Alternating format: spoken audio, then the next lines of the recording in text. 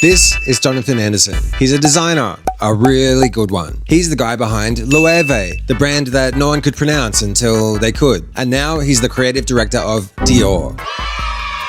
The whole thing. Not just men's, not just women's, the whole brand. This is a big deal, like a huge deal. It's never been done before. Dior's never had one person in charge of the entire brand since the big man, which means fashion people are currently losing their minds. So who is Jonathan Anderson? Why does he dress mannequins like household objects? What the hell happens when you give the man who made the pigeon bag control of a $70 billion fashion house? Welcome to Jonathan Anderson's Dior for Dummies.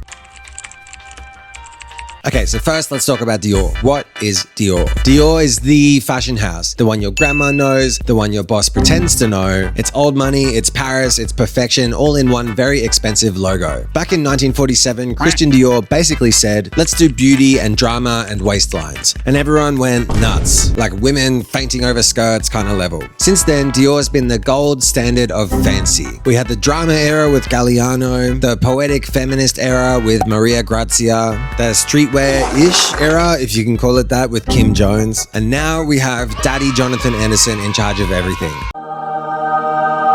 That's like putting one person in charge of Disney, Star Wars, and Marvel all at the same time. It's a big deal. Like if someone gave you the keys to fashion's biggest mansion and told you that you can redecorate, but you can't break anything. Except Jonathan Anderson is definitely breaking things.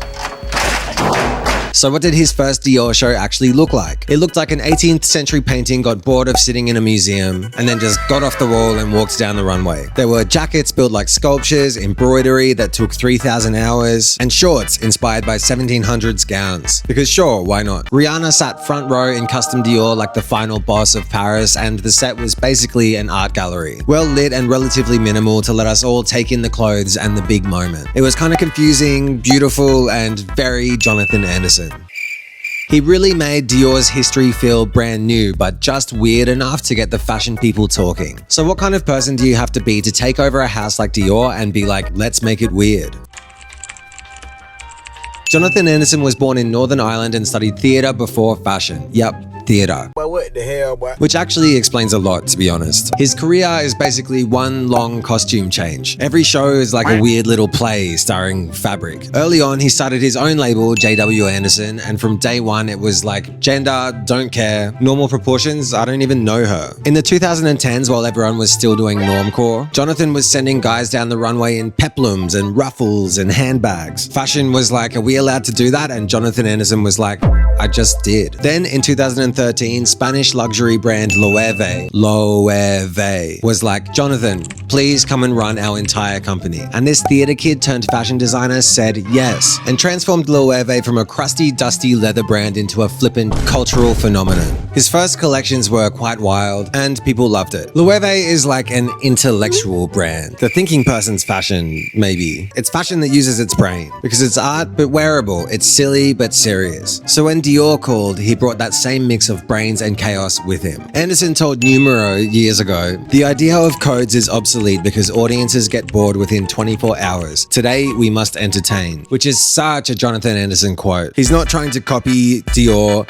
he's remixing it. His Dior debut wasn't about looking back, he just messed with the archives. Shapes, fabric, the whole vibe. He messed with everything until it felt new again. Like this is the same guy that turned handbags into sculptures, and now he's applying that to couture. Dior is giving him history and he's giving them back chaos. Beautiful, beautiful, well-stitched chaos. So Dior, fancy, proper, classic, expensive. Jonathan Anderson, weird, playful, does things like make a pigeon bag. Putting those two together is like giving Willy Wonka the keys to the Vatican. Jonathan Anderson loves when things look off. He loves when clothes make you double take. Dior says, we make beauty, and Jonathan Anderson says, cool, but what if it was kind of funny? Because here's the thing, Jonathan's not trying to make fashion perfect. He's trying to make it interesting. He can take something basic, like a sweater or a button, and he can make us actually look at it without it being like tacky or in poor taste. Like a craft project that costs the same amount as your rent. When he took over Loewe, everyone was like, who is this guy? And then a few years later, it was the hottest brand on earth.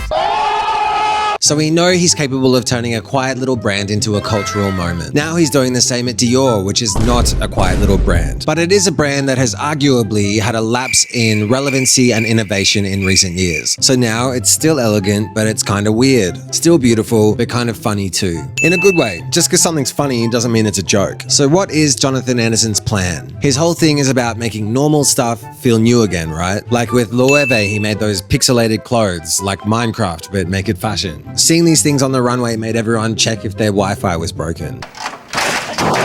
And that's the point. He loves turning everyday things into art, not because it's funny, which it is, because it makes people look twice. Fashion used to be about rules and tradition, but our landscape right now means that for better or for worse, fashion is about attention. And no one grabs attention better than Jonathan Anderson. But he is not loud just to be loud. There's always something behind it. A bit of art history, a bit of humor, a bit of chaos, etc., etc. He makes serious things feel silly and silly things feel serious. At Loewe, he made fashion feel smart. At Dior, he's making a dead luxury brand feel alive. And that's probably why we all love him so much. He reminds us all that fashion doesn't have to make sense, it just has to make you feel something. And whether that feeling is wow or what the hell doesn't really matter. So what does all of this actually mean for Dior? It means Dior just got interesting again. For years and years, Dior's been the brand that we respected, but never the brand that we got excited about. It was elegant, but also very safe. And more recently, it's been honestly very boring and very out of touch. And Jonathan Anderson has blown that up. He's made Dior unpredictable, and that's the fun of it. And that's what we need in fashion right now. Something new, something that makes you pause mid-scroll and be like, what's happening here? A show in Fashion Week that we're actually looking forward to seeing. Anderson doesn't care if you love it or hate it, he just wants you to look. And annoyingly, that's the smartest thing that a designer can do today. So yeah,